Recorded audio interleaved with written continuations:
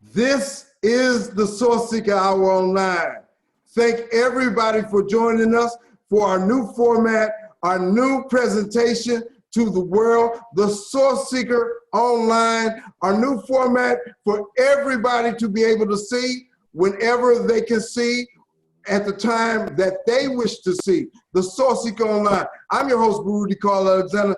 Thank you very much for joining us today. Very important subject.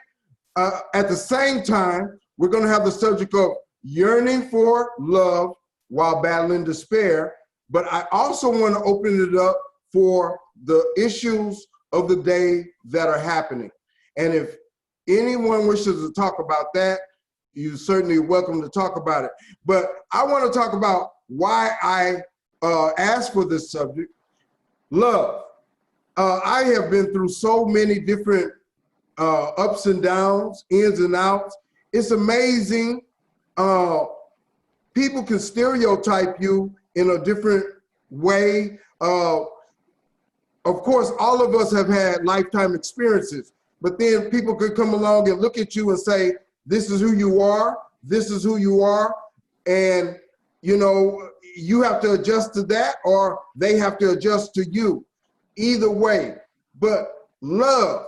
And the Bible says love is one of the most important things, and it says love is unconditional, love is long-suffering, and many other attributes that it applies to love. When you all think of love, Sister Kenisha and Sister Jennifer, please introduce yourself, and then talk about what comes to mind when you think about love.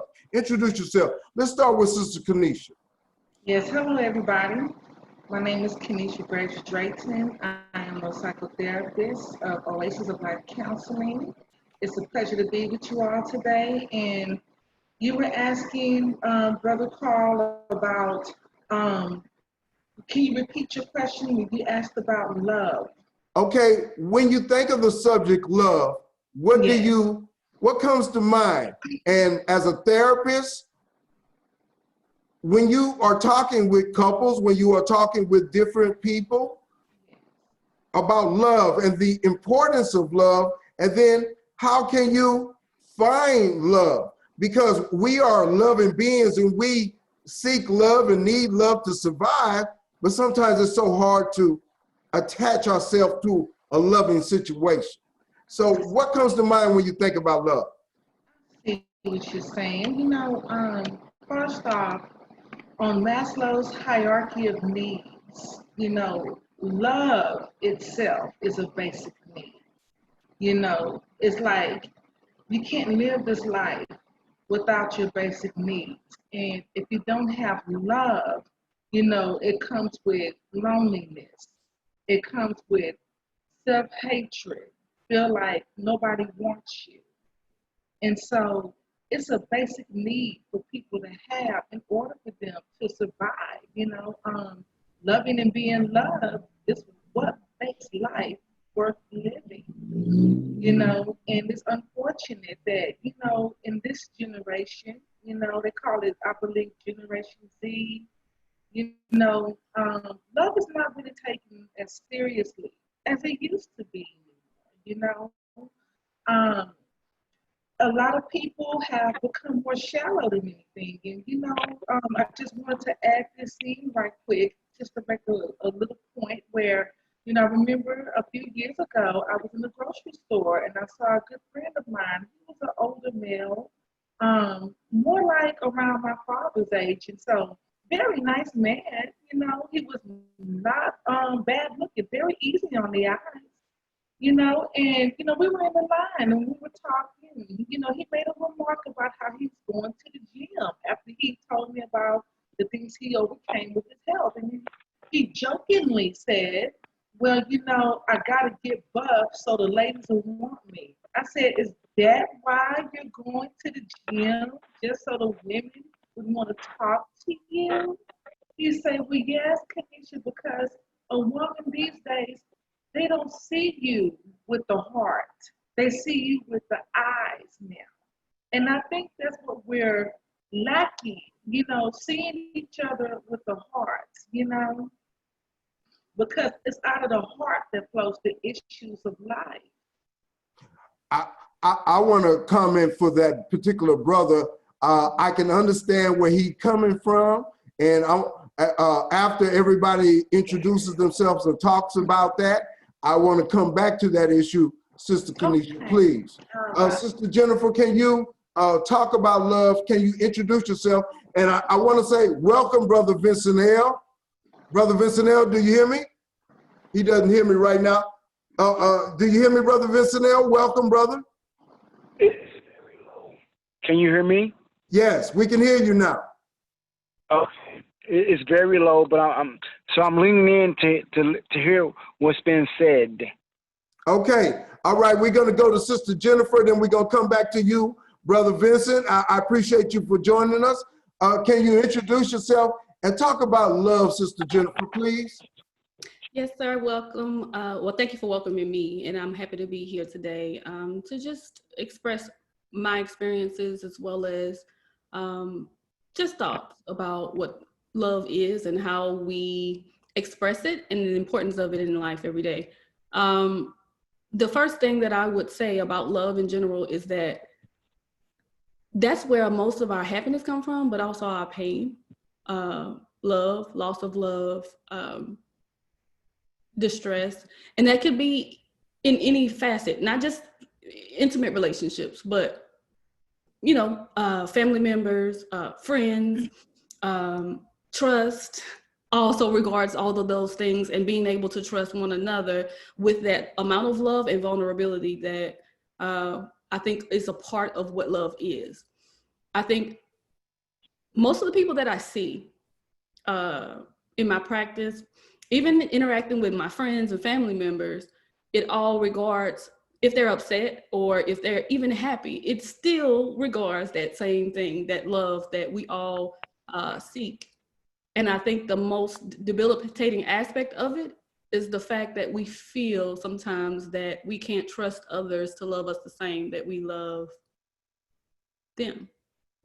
Or we're afraid of being hurt if we give too much of that love and that unconditional regard or that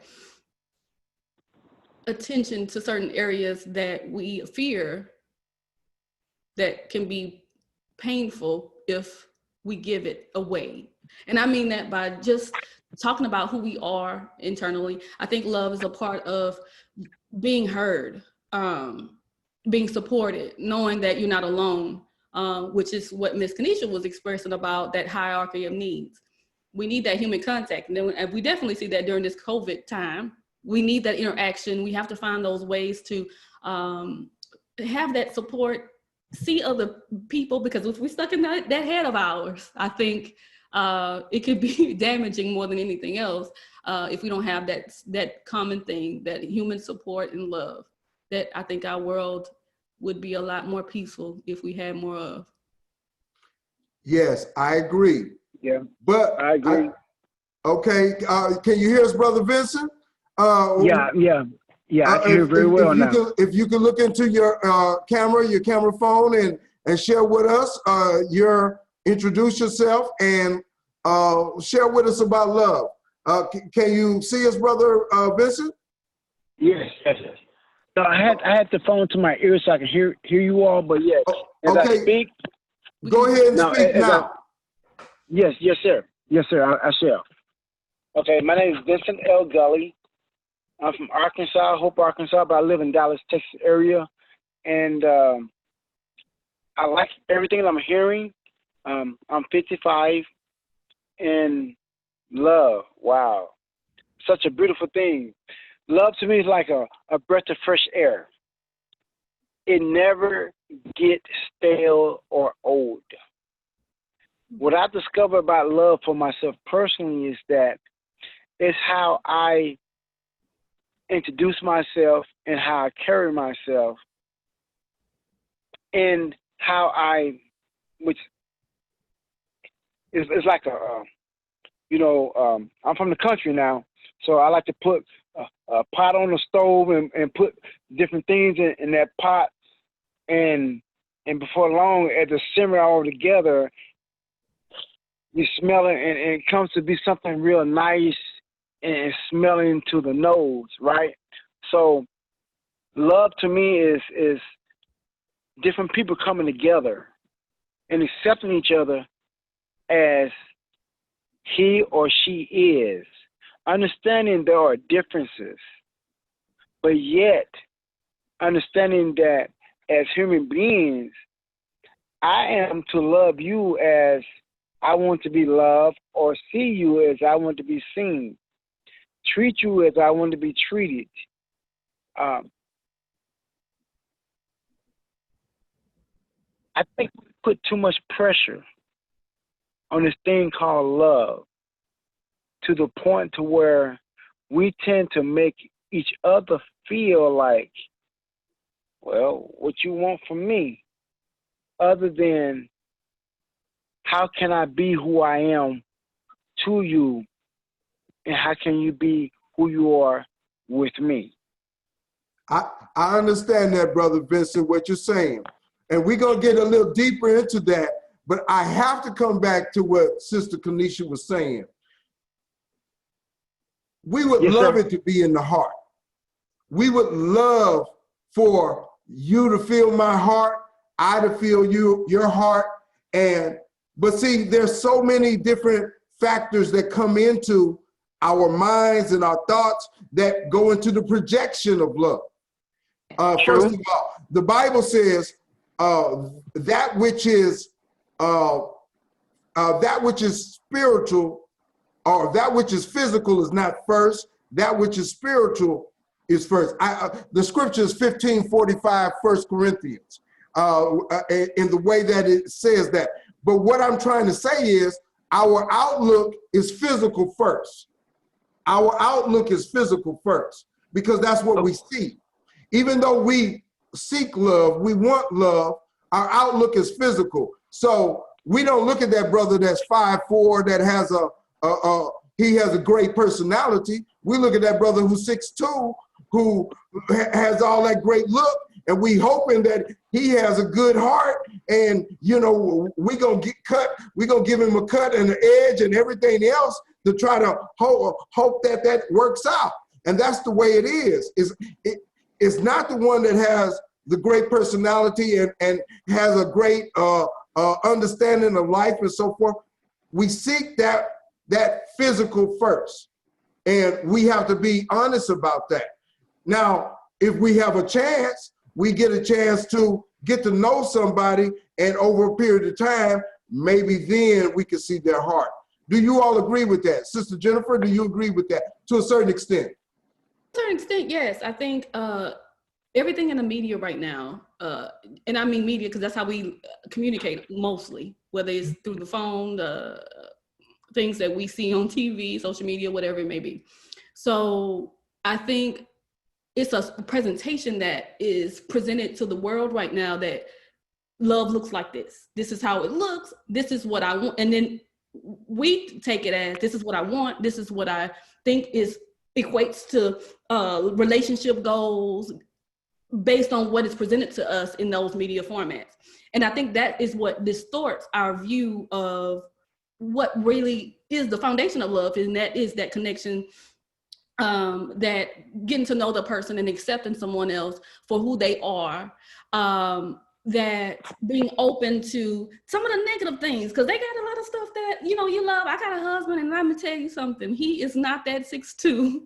He is not those superficial things that I think we seek, but I had to make sure that he had those qualities that I was attracted to. And beyond that, I think we look at how that would be viewed based on the society that we live in. I'm a tall lady. I am. My husband is not. And I think a lot of people in our generation looks at how that is perceived rather than what you feel every day and how you connect with that person. If we can get beyond that superficial aspect of what other people will see, then we can actually see the great things in other people. But there still has to be that attraction there. Because that physical part, you are right, it's important to us because we have to be attracted to who we see. But I think that social media, that physical, that view, that what is shown to us so much gets in the way of what is really important. And then we just all don't find that love that we seek because we're seeking that physical, like you said. So yes, I do agree. But I think that if we take some time to get to know us, I think if we take the time to recognize what we value in who we are and relationships, then we can get past that view and that physical True. aspect. I must say that is a big if, though. Most of us don't go through that process. No, yeah, Most of us don't go through that process. Mm-hmm. We understand that process, that love is a deeper thing than the superficial. Most of us don't go through that process and so forth. Miss Jennifer, how tall are you? I'm 5'8". Okay, 5'8". I understand. I ain't that Yeah. tall, but I'm tall. Okay. Yes, ma'am. Yes, ma'am. That's still short. Oh, don't be judgmental now. My name's long for a woman. Brother Vincent, how tall are you? I'm 5'10". Oh, well, you ain't all up there yourself, Brother Vincent. But hey, hold up now. Hold up now. Howsoever, what she was saying is so true. The key is, once we get to love ourselves, however, I'm 5'6", well, but see, I'm a giant. I am a giant. I'm 5'6" and I'm a giant. But how can we, the key is learning how to love ourselves, as the old Whitney Houston song said, learning to love ourselves. And that is the key. And it takes a while to get there because, as you said, a lot of your perception of who you wish to be with is what other people may say. Have you found that, Sister Kenisha? Well, to a certain extent, and it all depends on how you were raised as well, It all depends on your how you've been raised in the family and your upbringing, and sometimes it's like, what do you say for a woman or a man who grew up in a home without the father figure or the mother figure, and see that in itself can stagnate a person's growth when it comes to emotional awareness, emotional materialism, and also just emotional immaturity. That can really stagnate your growth emotionally because you're thinking that to be a successful husband or wife, you must have this beautiful woman or handsome man. But see, how do you identify or define handsome or beautiful? Again, it goes back to the heart, you know? And see, if you're not raised in a family who deal with heart matters, what matters the most, you're gonna grow up lacking that part in your life. It's gonna be a void there, and you're gonna think, and I've seen this happen with some people, not everybody. In order for you to really have a true relationship, that person has to be attractive, but they're missing the other qualities. And it's like they're running in circles because they want this idea of what physical love is, and that's where a lot of people fall short. And some people tend to live the rest of their lives alone because of that perception.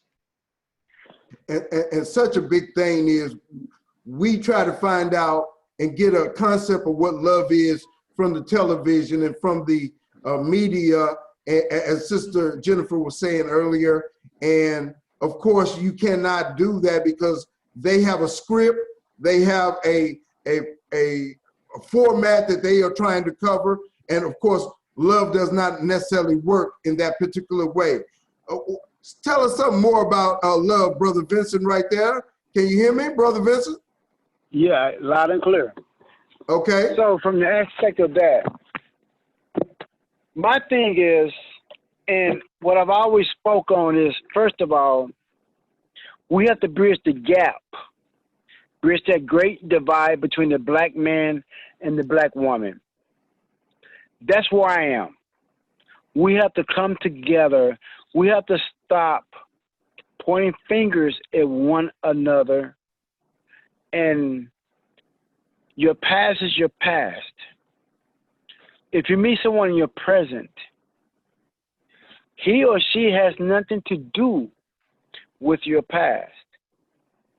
But oftentimes we bring that baggage with us, and that distorts everything, because we're already coming with a mindset of still with the past instead of living in the present. And the present is such a beautiful place to be. But how can you be in the present if you still got the past you're dragging along with you? But love within itself is gives you life. But Brother Vincent, if I may interject. Yes, please. We have to recognize the painful side, because if you are opening yourself up for love, you are opening yourself up for pain also. I'm a divorced man. Now, in my first marriage, there was so much pain. I don't want to go too deep into the specifics, but there was a lot of pain and there was a lot of joy. I have 3 babies. They're 21, they're 19, and they're 16 now. So the joy is, if I didn't have that situation, I would not have my babies today. But there was pain to get there. There was extreme pain that I went through. And that is a part of the process also. So there are people, and you mentioned about that, don't bring up the past, but I mean, some people have to explore and get out that past, or they can't move along. They cannot move along. So sometimes you, as the new party, have to take it. You have to accept it and let her get it out, or let him get it out. Jennifer, I see the face, or you don't agree with me? I think that it may be a time for you to heal before getting into a relationship if it distorts your view of who you're seeing. Well, I agree with Mr. Vincent in that way. Can you say that more clear, ma'am? So if you're in a situation where you're carrying baggage, and I think that's the verbiage that Mr. Vincent used too, and I agree. We have that baggage. We have to heal before adding more things to carry along, because I don't think it gives it it gives fair ground to the person that you're interacting with. How can you heal without support, though? That's the thing. You have to identify it. You can't change anything if you don't recognize that it's a problem. And if because we are defensive humans, right? We don't want to be judged by others. We feel like we have to protect ourselves. If we're going into a situation where we're trying to develop a loving relationship, then we cannot be defensive and not be willing to learn new ways to be the better you for the relationship and to build that healthy one. So I think it's going to be important for us to acknowledge that this might be a problem and then seek support to correct it in some way by talking to support. What kind of support? Hold on, Brother Vincent. What kind of support? Yeah. Where can we go for that support? So of course, I'm going to say, because of my experience, and I know how many people that I've able to help heal, and I've been to therapy myself, the benefits of that. But if you are not ready for that space, then it's somewhere that you can go that you see an example of a healthy relationship. Maybe that you have a close family member that have been, that you trust with that information, that you have been around, that provides a good example. It could be a church member or someone at your church that you feel comfortable communicating with, that you don't feel judged by, and that you can receive that information. Someone that can support you, but also lead with example, so that you can identify and not be defensive to change those things. But if we're carrying those baggages along to other relationships, then you'll see them do something. That person that you're interacting with, that may not be really the truth. Is your interpretation of the truth because of what you've been through in the past. I understand. It's very hard to not carry other things with you from the past. It's very hard. You have to really be conscious of it. Go ahead, Brother Vincent. You want to speak? Yes, I want No, to say something. it's not very hard to carry I'll come back to you, baggage. Kenisha. Go ahead, Vincent. No, it's not very hard to carry it. What you have to first do is forgive yourself, and then go to whoever was in your past, present, and ask for forgiveness. Whether they forgive you or not is not really important. What's important is you forgive yourself. And then when you're forgiving yourself, you bowl yourself up. You put a smile on your face. We all done wrong. I'm not okay. I like to make I statements. I done wrong. I've fallen down. I made mistakes, and I asked for forgiveness. I forgave myself. Now, whether you whether you accepted my forgiveness or not, is not totally important to me. It is because I want to let you know that I'm sorry. Now, whether you embraced it or not, because I embraced it, it's enough for me to walk away feeling better about myself and knowing that I've learned from my lessons now. In the next relationship, I know now, this old saying, I know what not to do. I'm still learning what to do. But if I'm open with myself and open with whoever come into my life and let him or her know, whatever gender sex it is, that we both are growing and learning together. When at one time I wasn't there. Go ahead, sir. I just want to say, you said a very important thing. I have found that there are people who cannot say, I'm sorry. There are a lot of people who cannot say, I'm sorry, I did wrong, I apologize. And when I find that in a relationship or a friendship, I kind of pull back. If they really cannot say that, that causes a limit to what we can accomplish in our friendship or relationship. Kenisha, we've been saying a whole lot of things. What do you say about the overall thing we've been saying? Well, as Vincent and what Jennifer has been mentioning, about leaving the past in the past, don't carry the baggage.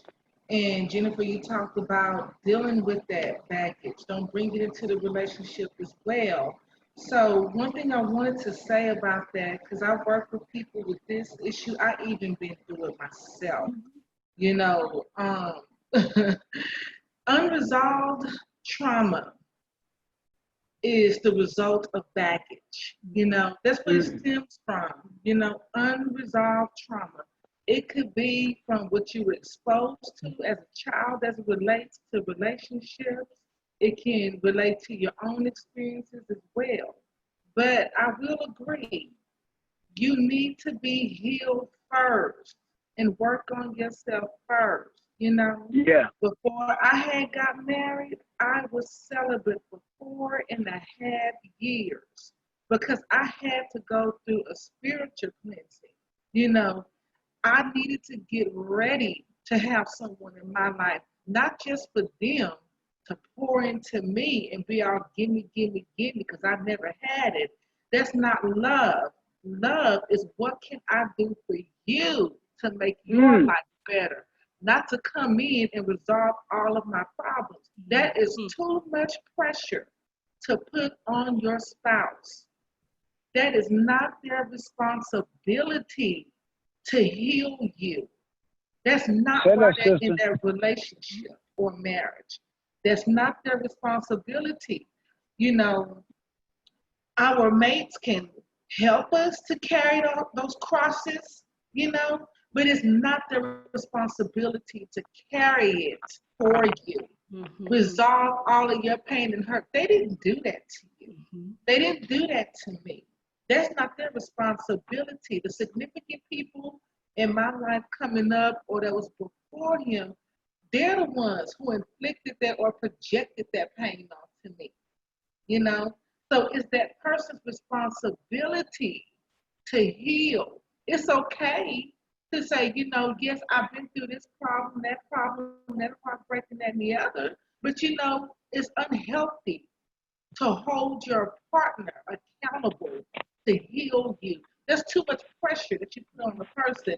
And then another Yeah. thing, I say this where, you know, you can't get all of your needs met just from one person. Now, please don't misconstrue that. It doesn't mean you have to have multiple partners and practice what they would call polygamy or polyandry and all of that stuff. What I'm saying is expand your support system. That's too much pressure to put on a person for them to be your everything. No one person can be your everything. And it's unfair to put that kind of responsibility onto them. That's why you have to work on yourself, work on your self-esteem, work on your self-care, work on what you can do to make another person happy. Because it takes work. It's not them trying to appease you to work at trying to prove to you that they're not like the other people. That's not how we do that, because they're spending more time trying to prove to you than really getting to know you. Because what are you giving to them? Are you gonna wallow in that brokenness? Or are you gonna rise out of ashes and share yourself with them too? They don't owe you that. The people who did you wrong, they owe you that. I totally understand. This is the Sourceseeker Hour Online. This is our 42nd show. We're having a very powerful discussion with Brother Vincent L. Gulley, Sister Kenisha Drayton, Sister Jennifer Cain. We're talking about yearning for love while battling despair. I have certainly been through despair, depression. One of the things that I go through is depression, and when I'm in depression, I go through loneliness. I go through all of these different facets. One of the reasons I wanted to start this series was my own therapy, my own help. It's a personal thing, and it's very important for my own healing to be able to have these conversations, to be able to have these discussions. My girlfriend has come back, but my girlfriend is totally opposite from who. Well, let me say this. When I'm by myself, I devolve into another part of myself in my depression. Like it says in some of the literature, I start smoking, I start overeating, I start not taking care of myself. But when she comes back, and it shouldn't be just simple like this, but when she comes back, now she smokes like a house, but I do not. I start having healthy living. So it's an opposite thing. How can that be? And is that strange? Is that unusual? Or is that a good thing? What do you say about that, Kenisha? Well, you know, it depends on the arrangement you have with each other, that understanding. Because when you say the smoking and doing other habits and stuff, you know, that's something you would have known before you've grown close to each other, right? Because you can't miss a person that smokes cigarettes. I mean, they gotta have that urge to smoke. But my thing is that, you know, when you go on these dating sites, have y'all ever been on a dating site prior to getting into serious relationships? You know, like when you go to Match.com, when you go to eHarmony, Black People Meet, all of that stuff, you know how they give you this personality assessment to see who you are and stuff? Those are one of the first questions that they ask you about smoking and drinking. And see, you want someone with similar healthy traits that you have. Because, you know, and with food, did you know that food is associated with love? And this is how.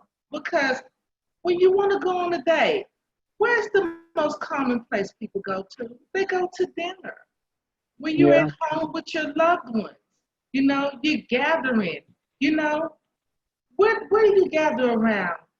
Food, you know, barbecues, you know, Thanksgiving, Christmas dinners, holidays.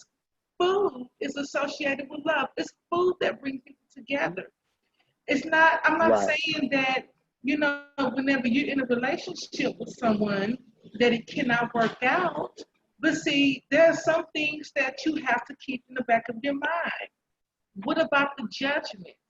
You know, what if that person is trying to change you and ridicule you because, you don't want to eat the same things that they eat? Or if they're accusing you of not eating healthy, saying you eat too much junk, that plays a part into the connection in the relationship or the marriage, and that is something to think about. If I'm understanding correctly, you're saying that the person that you're making have a connection with helps to give you a little bit more of a healthy context of mind, and that's why you might be attracted to them. Could be because you have something in common, and it all depends on the arrangement. If there's no one relationship that fits all, so it all depends on what works for them, and they have to work around that. Will I get tempted to go in there and eat a whole pot of chitterlings or some pig feet when I know I'm not supposed to have it? No. If will I think about that beer in the refrigerator because you have it in there? I'm trying to stop drinking, but you're still bringing beer or wine in the house. Those are some things to think about. It depends on your level, of connection, the level of your maturity, the level of an addiction, the level of your journey in life on, trying to eat healthy. It all depends on what it is that you're doing and your connection with them. Very much so. Thank you very much for that clear understanding. I hope that people look at all these different aspects of love and relationships. There is no one way that love can work. There's no one recipe. There's so many different kinds of relationships. There's old and young. There's LGBT relationships. And I'm not saying one is better than the other. I am a Christian and I believe in man and woman relationships, but I'm not hating on any other kind of relationships. But there are, whatever works for you in the context of giving you a more healthy life is what I am talking about today. Sister Jennifer, when we're talking about relationships, somebody that has an addiction, they should automatically fix that. But if they don't have a support system, what can they do? Well, the word fix is something that I struggle with because that implies that something's broken. We all have something, okay? We all got something that we need to deal with that may be healthier to change. We all have something. If we don't acknowledge that something that we have, recognize what our boundaries are and those limits are, and then work towards managing what we have, we'll never be successful in any part of our lives because we're trying to fix something that's broken when it's just some things that we might have to manage to live a better life.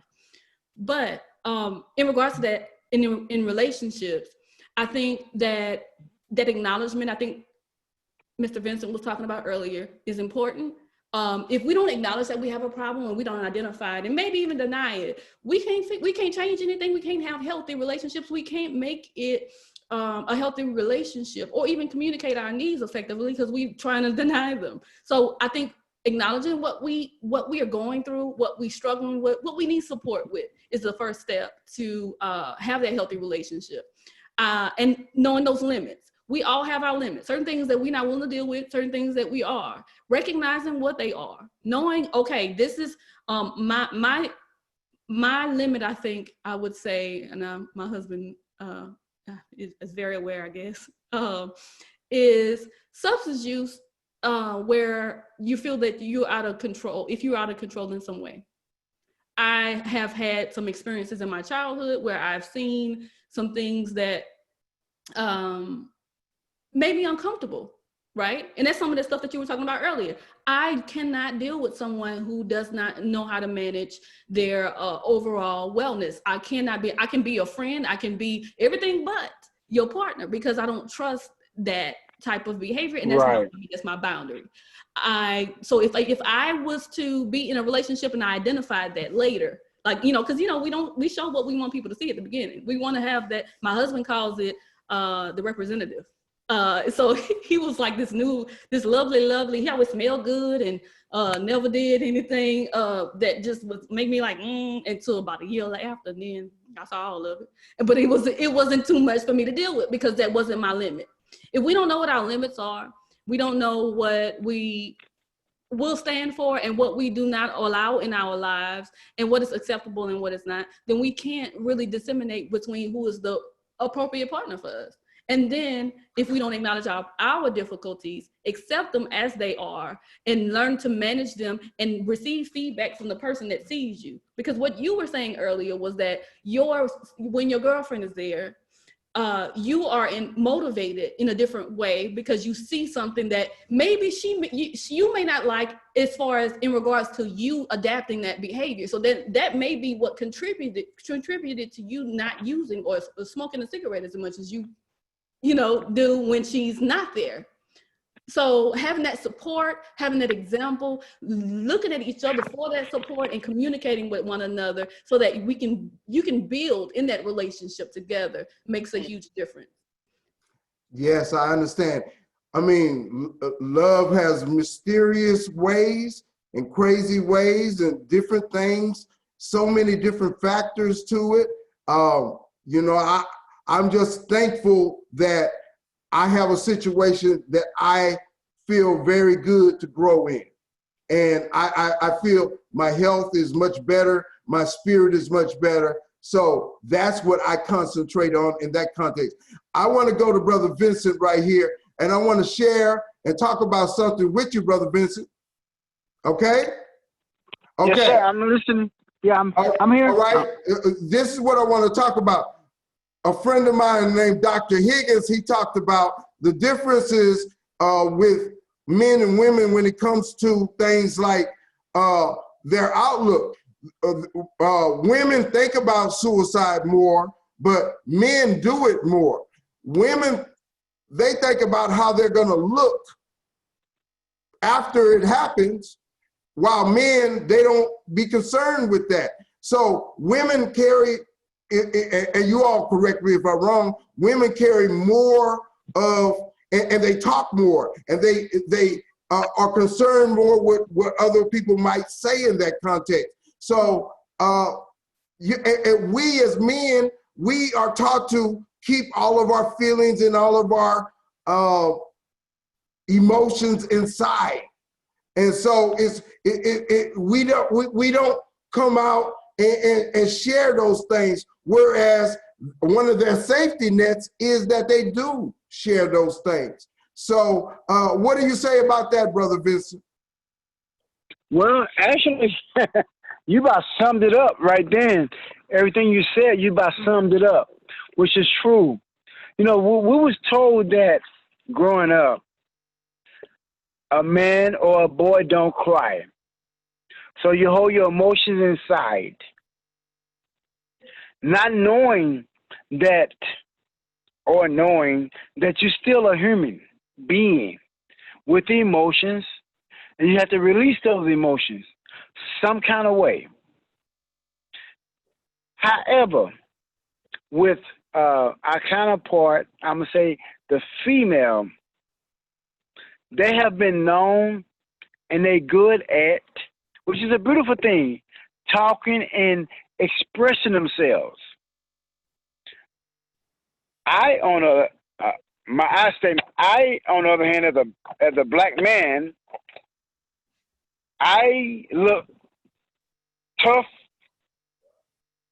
don't smile, wrinkle forehead, tip of my nose, sweating because I'm angry, and I keep it all inside of me. And when I do that, I don't allow myself to express myself. I don't allow myself to breathe. but you as a black woman have allowed you all to breathe, because you all can talk to each other, bounce different thoughts, ideas off each other. And as a man, I got to be hard. But at the same time, isn't that a disadvantage to a certain extent for us? Because culturally, we cannot get out some of these pains and feelings that we have. That is why we commit more suicide. We follow through with it because we got to put up this image of being super hard and all of this, that machoism that the world expects us to have. Sister Kenisha, Sister Jennifer, please comment on that. I don't know, for me, the communication, so men are more dichotomous thinkers, black and white, right? Yeah, you see something, that's what I need to address, this is how I need to fix it, that's it. We more gray, females, right? We have that part where we see what the underlying aspects of those certain things. But then if you add upon our experiences, it's just general human beings, right? We learn based off our experiences, whether that was like Ms. Kenisha was saying earlier, our family and how we were raised, the examples that we saw, the experiences that we had that contribute to how we feel about relationships, all those things coupled together, and then the social aspect of it, what the world sees us as, what we want the world to see, and how we present that, and who we want are internally all conflicts. And I think that is what limits our relationships overall to be successful or to continue to grow, because through the time we change, and when we change, if we're not willing to change those aspects of us, regardless of what the social aspects meaning, you know, what the world sees us as and what we should be as male or female, or whatever preferences that we do have, if we don't recognize that, then and acknowledge it and work with our partners to find a common ground, to be able to communicate what our needs are, what we are feeling in certain ways. Because again, going back to what Ms. Kenisha said, we cannot depend everything on that one partner, but it's a lot of things that we should be able to express and feel comfortable with if it regards what we need from that partner. And I think that that's the part that is going to be important in the relationship, being able to say, this is what I need from you, this is what I can provide, this is how I'm feeling that may be contributing to, because that's one thing my husband does, and it drives me crazy. He will sit there and I know something's wrong, and I know something wrong, but he won't say it. And he'll sit there and act like everything cool, but his mood is affected. And I don't know if you gentlemen can agree, or if you tend to do that, because he doesn't know how to articulate it. He won't say what it is until something happens where either it's frustrating, or he's not able to have fun or like get the outcome that he would like, or he can't avoid it, then he will say something. But my partner, she likes me to shut up because I talk too much. Oh. I talk too much. I share everything. So she said, you just told me that, shut up, leave me alone. So, well, that's a great thing. Well, I think that's a part of you that you bring to her world that may be unusual, because it's not many men like that. No, there's not many men like Baruti. That's true. That is very true. There's not very many men like me ever, but that's a whole nother subject. Sister Kenisha,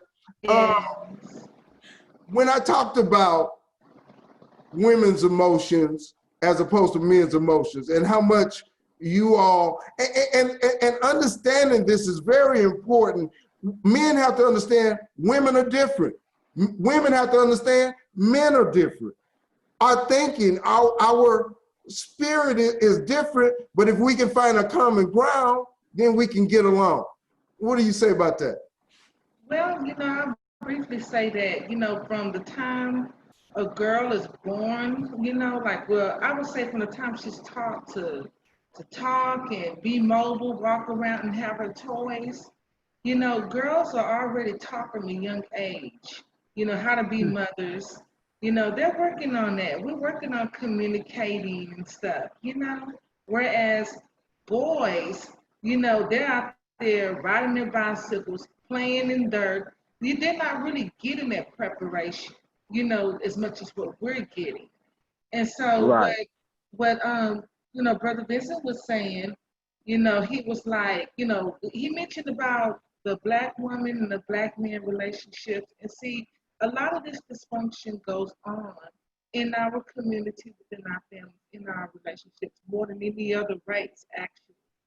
So my thing is that, you know, when we grow up, you know, when girls try to communicate, you know, or talk about the things that, you know, that makes her curious as far as boys, intimacy and stuff, you know, we're told to be quiet, stop being fast, you know, stop being grown. You tell a boy, quit being mannish, but then if he cries, he's being told to shut up and man up, you know? And so whenever you're growing up and you're being shut down, and this happens with a lot of the boys where be quiet, man up. A lot of boys, black boys' feelings are not acknowledged. So that's why a lot of them grow up and they're not very good communicators at all. Because they Right. don't understand that when you shut them down, you're teaching them that their feelings and their emotions or their thoughts do not matter. Yes, ma'am. And so There, that's go ahead, yeah, I'm sorry. yes, ma'am. I mean, that is a big thing in our culture that we as boys are taught. There's a certain way that we have to behave, and then we have all this other emotion that we have to try to contain and learn how to navigate. And a lot of times we don't get a proper understanding of how to navigate it. I'm trying to teach my 21-year-old son at this particular time how to do that. And I'm trying every day. We're getting toward the end of our show. Brother Vincent, share with us from your vantage point, what is a key in relationships as how we can do better? And if you want to share anything about what's happening in the current events, everybody, the current events of the protests and all the things going on, how can we do better as black men and black women moving forward? Well, thank you, brother. Well, the most simplest way is just to be yourself, be honest, be transparent, and be open. And me not be judgmental towards you, and you not be judgmental towards me, because we all have a past. But the most important thing is look at the present, how he or she is today.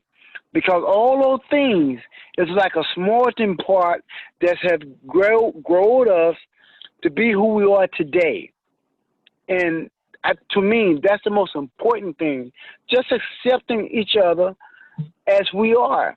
And accepting that, you have the right to choose to go further with that person or not go further. And if you choose not to go further with me, I have to accept that.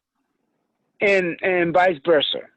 I Yes, sir. want to just say one key thing also is that we have to stop stereotyping each other and looking at somebody and trying to make a quick judgment unless that's all we. Now, if we go into a class or to work with somebody, don't be judgmental. Let them share who they are. You share who you are to them.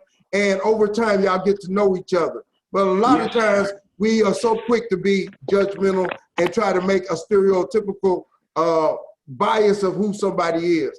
Brother Vincent, share how people can get in touch with you, because we're about to end up. Share how they can get in touch with you if they want to share something to talk to you. Oh, yes, by all means. You can get in touch with me, Vincent L. Gulley. I'm on Facebook, Vincent L. Gulley. I have no, security things, so anybody can. Or Vincent Gulley at yahoo.com. Sounds good, my brother. Thank you very much. I appreciate you, Brother Vincent. Sister Jennifer, can you share your closing statement about how we can be better. And if you want to share something about the protest, please do on the Sourceseeker Hour. In regards to what's happening in our world today, I think it's just going to be important for us to experience our emotions and without judgment. We're talking about judging other people, but a lot of times we judge ourselves, and I think that's where a lot of the distress and anxiety comes from. We are in an uncertain time. Things are changing every day. We don't understand. We don't feel safe in a lot of spaces, especially as the Black community in a lot of ways. So it's important for us to recognize that, okay, these are my priorities today. This is what I have to get done today. But if I overextend myself, then that could lead to difficulties in my relationships. It can lead to my interpretation of certain things that I see. It could lead to me just not feeling well physically, because our mental health is also regards that. I had to do that today and set some time for me out so that I can recoup and get back to a space where I would be able to communicate here, because I think a lot of the things that we're seeing, especially in the media, and I mean all aspects of the media, it's draining. We see a lot of negativity, we see a lot of fear, and then we see a lot of positive things too. But our energy is really, really important to be cognizant of. We have to look at, okay, does this deserve my energy at this time? And how much energy do I have to give? And then be selective with where we give it. I have been really limiting social media for that reason. There's a lot of examples of those things that also it's just draining. It's just a lot to carry and understand. And if we try to understand it, I think it gets in the way of us living the best lives we can. And then again, our interpretation of what's going on in our household and in our relationships, and being able to be support for one another during this time. It's all uncertain, and that uncertainty can lead to a lot of difficulties. And we have to make sure that we're caring for us and giving ourselves a leeway and accepting that this may not be the day, this is heavy, this is scary, whatever it may be, and not judge how you're feeling. And do what you can to improve that moment, because that's always what we have control over. Improving that moment. You can go take a walk, you can take a nap, you can go listen to some music. Something can help you get to a better space that then you can really see with a clear view. Because I think with it and all this uncertainty, we're not recognizing what's right in front of us sometimes because of all the stress and distress that's going on around us.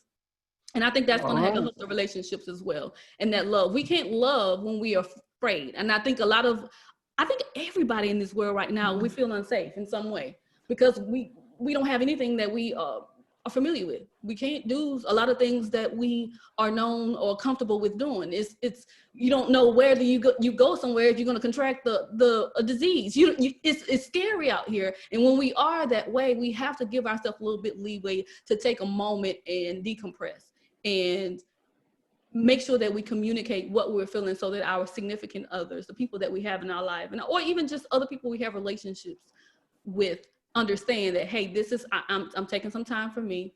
I still care about you, but for us to be in a healthy space, I'm going to have to take this moment and breathe and not answer the phone. I'm not going to be on social media if that is something that will give you some type of peace. But I think that's important for us to recognize within ourselves and just not judge our own feelings, because we tend to do that. I know I had an experience recently where I did it, and I couldn't recognize what it was. But then when I realized that I felt uncomfortable because I was judged by someone, it was in the grocery store. But because of that, I avoided going. But then I thought, oh, I'm a therapist, so I can't be afraid to go somewhere because I feel I should know how to manage my anxiety. But I'm human too. So just like Mr. Vincent said earlier, we have to recognize that we are those humans. We have our own stuff. We got to find the best way to deal with our stuff. We are not broken, but we can manage all the stuff that we have and be the best us if we give ourselves that leeway to do it. Yes, ma'am. Thank you. I didn't take share how people can get in touch with you. So the best way to contact me is via my website, www.adornedcounseling.com. That's ADORNED counseling.com. I'm on a social media platform. I'm on Facebook, Psychology Today. You can access my information there. But all my contact information is at my website, So it's a way to get me. Yes, ma'am. Thank you very much. I appreciate you very much. Thank you. I appreciate Thank you. My friend, my sister, Kenisha, finish us out, please, and share your statement or what you would like to tell us. Yes, well, I want to start out with saying that I'm easy to reach, and you can get more information on my Facebook business page, oasisoflifecounseling.com, and you'll learn a little bit more about me and the services that I also provide. And I also wanted to say that, with the protests that are going on, the rioting, the looting, at the end of the day, in our culture, we're really all we got, you know? And so we have to focus on each other. And so there's going to be times whenever you're not going to meet that person who's always right for you, not to be negative, because there's somebody for everybody. But on the journey, if you're looking to have this soulmate, I would highly, recommend that whenever you're on that dating journey, find somebody who relates to where you're going, not to your pain in your past. Because when you find someone to relate to your pain and to your past, at some point, what if that person doesn't want to grow and they want to continue to wallow in it, So that's something to think about. You wind up growing apart if you date someone who relates to where you come from, which could be a negative place. It's not always negative. But when you relate to them with your goals, the ambitions, when you match some of those up, they don't have to be going and doing the exact same profession per se that you're doing. They're going in the direction. They want the same thing, not reminding you and growing accustomed to each other's ways and paths. So that's how you stay stuck. So you want to move forward, you want to move powerfully together. And whenever you're more self-aware, emotionally aware, and in tune with your needs, and that person is too, you can effectively give to each other and feed into each other, because iron sharpens iron. And that's how you can build together and be successful. Blessings. Thank you, Sister Kenisha. This is the Sourceseeker Hour online. I'm your host, Baruti Carl Alexander, the Sourceseeker. This was a very important subject that we will continue. Love. If we can find love, we can shine our light. We can shine a brighter light throughout the world. It starts with love. It starts in the heart and in the soul and shining that light out. And on the Sourceseeker Hour, we're going to try to learn how to do that. And we're going to try to share that with the world. And we're going to continue. We'll see you next week. We're going to continue with the Sourceseeker Hour. We thank our guests, Vincent L. Gulley, Kenisha Drayton, Jennifer Cain. Thank you all. See you next week. Thank you. Goodbye. Goodbye.